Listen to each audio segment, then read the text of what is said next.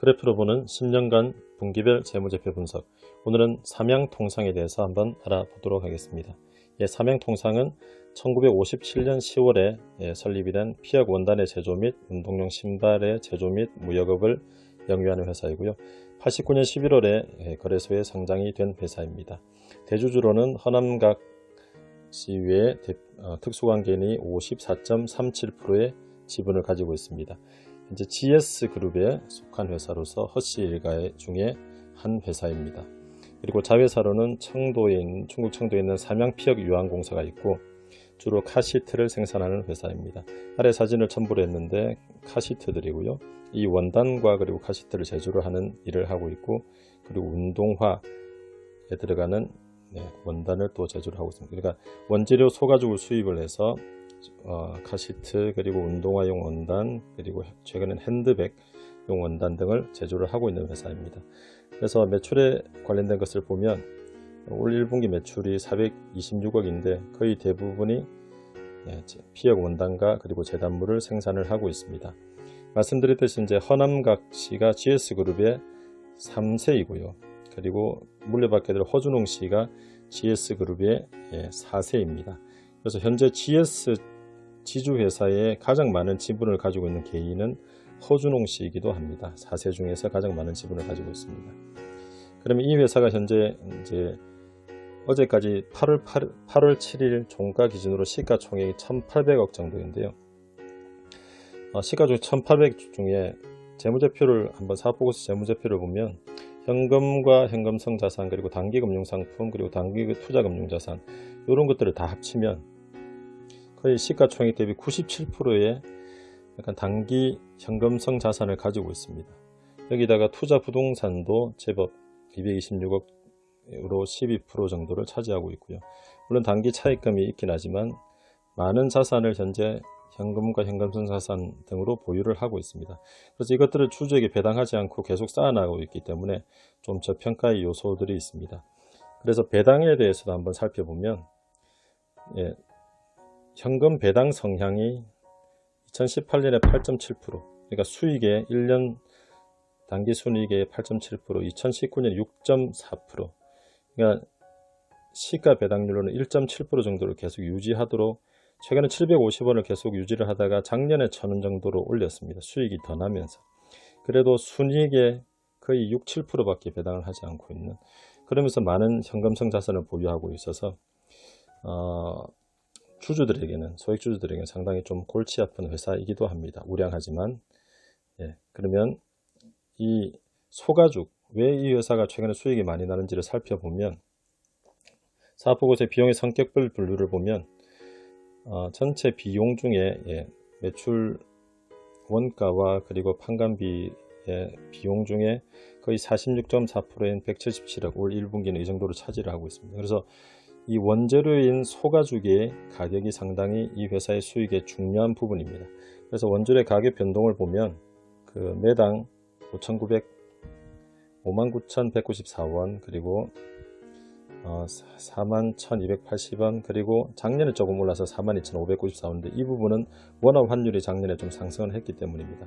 그래서 다음에 그래프를 보여드리겠지만 꾸준히 하락을 하다가 작년에 원화 환율 때문에 조금 상승할 부분이 있고요. 그리고 소가죽, 순수 천연 소가죽의 시장 제품의 시장 점유율을 보면 대표적인 회사가 유니캠, 조광피혁, 삼양통상 이렇게 되어 있는데, 보시면 유니캠이 꾸준히 성장을 하고 있고 조광피혁은 매출액이 꾸준히 줄어들고 있고, 그리고 삼양통상도 매출액이 꾸준히 증가를 하고 있습니다. 이 시장 점유율 표는 유니캠 사업보고서에서 가져온 자료인데, 역시 삼양통상이 가장 매출액의 큰 부분을 차지를 하고 있습니다. 물론 다른 여러 회사들, 작은 회사들이 있지만 이 세 회사가 주력인 회사입니다. 그러면 원재료인 소가죽의 가격 추이를 한번 살펴보도록 하겠습니다. 이 부분은 무역 통계에서 가져온 건데, 계속적으로 전체적인 가격이 2017년 1월을 100으로 보면 전체적인 가격이 꾸준히 내려가고 있고요. 그리고 전년 동기 대비 비율을 나타낸 것인데, 원화 기준으로 보시면 2018년 19년 계속 하락을 하다가 2019년 하반기에 이제 원화가 오르면서 원화 기준으로는 변동률이 플러스로 됐다가 2020년이 되면서 다시 하락을 시작했습니다. 그래서 달러 기준으로는 꾸준히 전년 동기 대비 하락을 유지를 하고 있는 모습을 볼 수가 있습니다. 이 부분은 이제 여러 가지 분석들이 있는데, 미국에서 소육류의 구매가 많아지면서 소육류를 먹으면서 소가죽이 많이 생성이 되는데, 이 소가죽이 이제 인조 피역들이 있다 보니까 그렇게 많이 판매가 되지 않아서 점점 가격이 낮아지고 있고, 이것을 또 수입해서 판매하는 삼양통상 같은 경우 원재료 가격이 상당히 좋은 모습을 보입니다. 그래서 매출액과 영업이익의 추이를 한번 살펴보도록 하겠습니다. 네, 매출액은 보시면 증가를 했다가 하락을 했다가 최근 들어서 다시 좀 증가를 하는 모습을 보이고, 영업이익 부분을 살펴보시면 2016년부터 큰 폭으로 영업이익이 성장을 했고 다시 주춤하다가 최근 들어서 또 크게 성장을 하고 있습니다. 이 부분은 앞서 말씀드렸듯이 원재료인 소가죽과 그리고 제품 단가 사이의 스프레드가 상당히 커지고 있는 모습을 보이면서 영업이익 자체가 상당히 커진 모습을 보이고 있습니다. 올 1분기는 코로나나 기타 문제로 조금 내려간 모습이지만 그래도 제조업체 치고는 상당히 좋은 영업이익을 나타내고 있습니다. 그래서 전년 동기 대비 매출액 증가율과 영업이익률을 보면 매출액은 2018년에 좀 증가를 했다가 최근에 좀 주춤한 면이 있습니다. 그렇지만 영업이익률의 증가율 자체는 보시면 아시겠지만 50%에서 100% 전으로 왔다 갔다 하고 있는 모습입니다. 그래서 전년 동기 대비 이 정도 증가를 하는 것은 상당히 좋은 모습입니다. 그리고 GPM, OPM, 그리고 판관 비율, NPM, ROE, ROA 등을 한번 살펴보겠습니다. 전체적으로 GPM, 그러니까 매출 총이익률을 보면 올 1분기 26.1%입니다. 이것이 한때 35%까지 늘어났었습니다. 즉 원재료의 가격이 많이 하락을 하면서 예전에 10%도 안 되던 매출액 총이익률이 35%까지 늘어났다가 올 1분기는 다시 약간 원화가 상승을 했을 때 구입한 제품을 쓰면서 26.1%로 하락을 했고요. 덩달아서 영업이익률도 조금 하락을 한 모습입니다. 판관 비율은 꾸준하게 보시면 아시겠지만 매출액 대비 4% 정도로 아주 저렴하게 판관 비율을 유지를 하고 있는 상황입니다. 그러나 순이익률이 많이 떨어졌는데, 이 부분이 아시겠지만 코로나로 주가가 많이 떨어졌고 단기 투자 금융자산인 GS와 그리고 BNK 금융지주가 평가 손실이 73억 정도를 올 1분기에 나타냈습니다. 그래서 순이익률이 많이 떨어지긴 했지만 전체적으로 이 회사의 영업에는 전혀 이상이 없고요. 그리고 그러면 2분기에 또 그러면 주가 올라서 이 단기 투자 금융자산의 주가 올라서 이익이 늘어날 것인가 하면 그렇지가 않습니다. 이 두 회사는 사실상 3월 말과 6월 말에 주가가 큰 차이가 없는 상황입니다. 네, 그러면 ROE를 매출액 순이익률과 총자산 회전율 그리고 부채비율로 분석을 한 듀퐁 분석을 한번 보도록 하겠습니다. ROE가 앞서 잠시 보셨겠지만 12.6% 올 1분기에 나타냈고요. 이게 최근 4분기 순이익 합산의 ROE입니다. 그래서 12.6%인데 전체적으로 어떤 부분이 영향을 많이 미쳤는가 보면 결국은 매출액 순이익률 자체가 많이 증가를 했고 순이익률 자체가 20% 이상까지 증가를 한 상황이고, 그래서 ROE가 12%, 14%까지 늘어났던 모습입니다. 그러나 앞서 살펴봤지만 이 회사가 수익이 난 것을 계속 회사 내부로 유보를 하고 있기 때문에 총자산 회전율이 그렇게 크게 늘어나지 않고 있습니다. 결국은 아까 말씀드렸듯이 번 수익을 주주에게 배당이나 그리고 무슨 여러 가지로 돌려줘야 될 것인데 그렇지 않고 계속 회사에 유보를 하고 있다 보니까 총자산 회전율이 계속 낮아지고 있는 그런 상황에 이르고 있습니다. 네, 그러면 자산총계, 부채총계, 자본총계, 시가총계를 살펴보도록 하겠습니다. 말씀드렸듯이 꾸준히 회사가 이익을 내면서 자본총계는 꾸준히 늘어나고 있습니다. 배당도 별로 하지 않고 다른 투자도 잘 하지 않고 있기 때문에 자본총계는 꾸준히 늘어나고 있고, 시가총액은 2014년에 여러 가지 피업 관련 주식들이 많이 올랐다가 그 이후에 또 급락을 했다가 2018년 이후에 조금 상승을 해서 현재 1800억이 시가총액입니다. 그러니까 자본총계 대비 상당히 낮은 모습을 볼 수가 있고, 부채 비율은 부채는 잘 관리가 되고 있는 모습입니다. 네, 그러면 밸류에이션 지표인 PBR, PER 그리고 프리캐시플로우에 대한 PFCR을 한번 보도록 하겠습니다. 앞에서 자본과 시가총액을 비교해 봤지만 PBR은 0.55 정도로 현재 형성이 되어 있고요. 그리고 흥미로운 점은 PER이 4.5 그리고 PFCR이 4.4입니다. 이것도 변동이 큰 것이 아니고 아주 안정적인 모습으로 5 전후를 유지를 하고 있습니다. 그래서 ROE와 여러가지 PBR이나 뭐 여러가지를 보면 상당히 저평가된 모습으로 나타나 보입니다. 그러나 이 저평가가 결국은 추주 환원 정책이 별로 없고 계속 회사 내 유보를 하고 있는 모습들 때문에 이 저평가가 언제 해소가 될지는 정말 한번 두고 봐야 되는 상황입니다. 네, 그리고 매출 채권, 재고자산 등을 한번 살펴보도록 하겠습니다.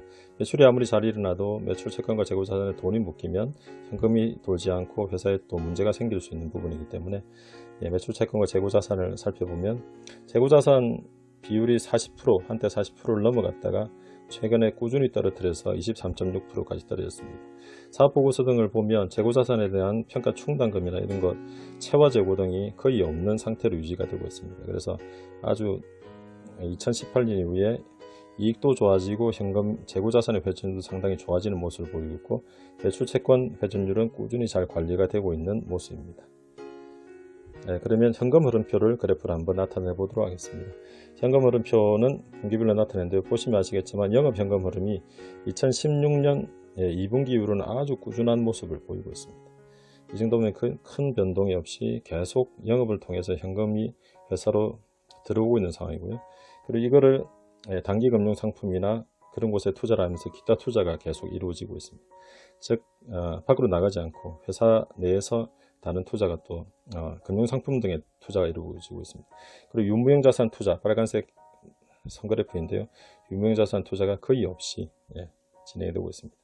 그래서 말씀드렸듯이 현금은 잘 회사로 들어오지만 유무형자산 투자도 거의 없고 그렇다고 배당이 많은 회사도 아닙니다. 재무현금 흐름을 보면 밖으로 나가는 배당이 사실상 미미한 수준입니다. 그래서 프리 캐시플로우가 상당히 좋죠.